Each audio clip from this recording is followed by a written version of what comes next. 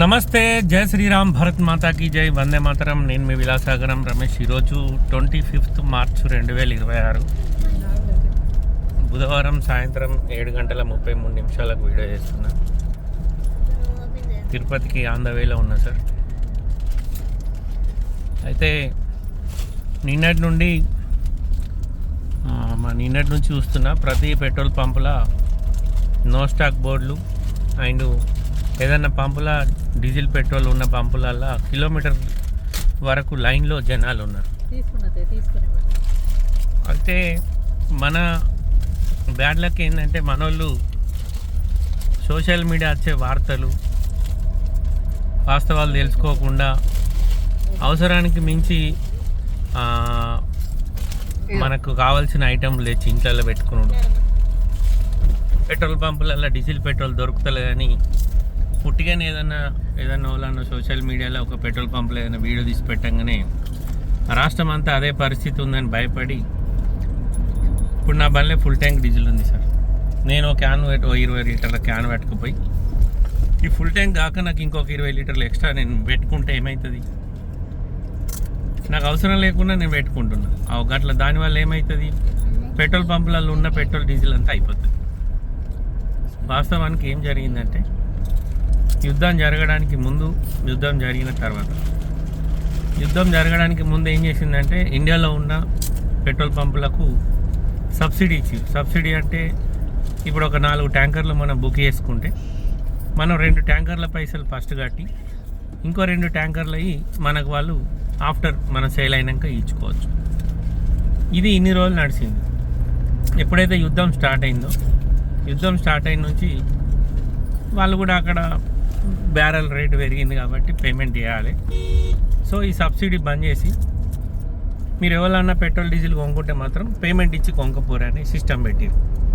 దానివల్ల ఇక ఉద్దర ఖాతా తెచ్చి నడిపించే పెట్రోల్ పంపులు చాలా వరకు మూతపడ్డాయి. నో స్టాక్ బోర్డులు పెట్టిరు. అసలు రీజన్ ఏంటంటే, ఇది స్టోరీ.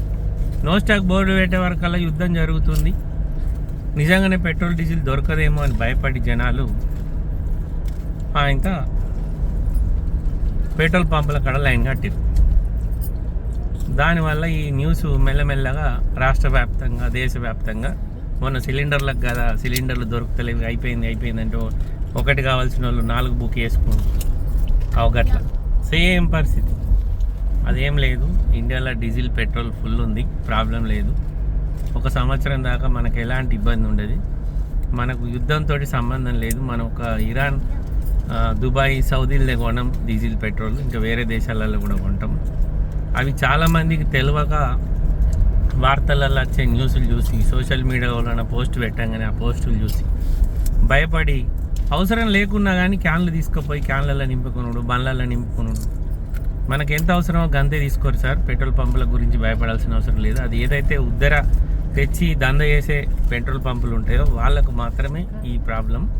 ఇప్పుడు నేను ఒక 4 రోజుల క్రితం ఫుల్ ట్యాంక్ వేయించిన బండి.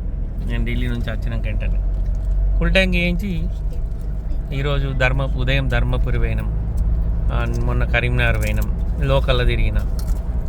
మా తమ్ముడు కూడా, అన్న మీకు ఆన్ ద వేలో డీజిల్ దొరకదా అంటే, నాకు స్టోరీ తెలుసు కాబట్టి నేను సీరియస్గా తీసుకోలే. నేను బండి తీసుకొని బయలుదేరిన. మా దగ్గర జగిత్యాల దాటంగానే లెఫ్ట్ సైడ్ ఒకటి పెట్రోల్ పంప్ ఉంటుంది. ఆ పంపులో ఎక్దమ్ ఫ్రీ ఉంది. ఒక పెద్ద ట్యాంకర్ వచ్చింది, అన్లోడ్ కూడా ఎత్తుంది. అసలు అక్కడ జనాలు కూడా లేరు. అదే జగిత్యాల మాత్రం ప్రతి పెట్రోల్ పంపుల ఫుల్ జనాలు ఉన్నారు. కొన్ని పెట్రోల్ పంపులకు నో స్టాక్ బోర్డు కూడా పెట్టేసారు. అయిపోయింది. నేను ఆ పంపులు ఆపిన, పోయించుకుంటే 2000 రూపాయలు డీజిల్ పట్టింది. ఇప్పుడు ఈ డీజిల్ నాకు తిరుపతి దాకా పోతుంది. నేను తిరుపతి పోయే మార్గ మధ్యంలో ఏదన్నా పెట్రోల్ పంప్ కాడ ఆపి మళ్ళీ ఫుల్ ట్యాంక్ వేయించుకుంటాను.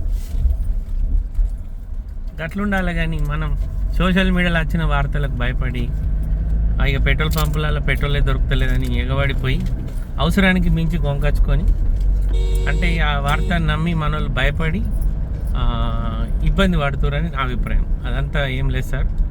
పెట్రోల్ డీజిల్ మన దేశంలో సంవత్సరం దాకా సరిపడే అంత నిల్వలు ఉన్నాయి.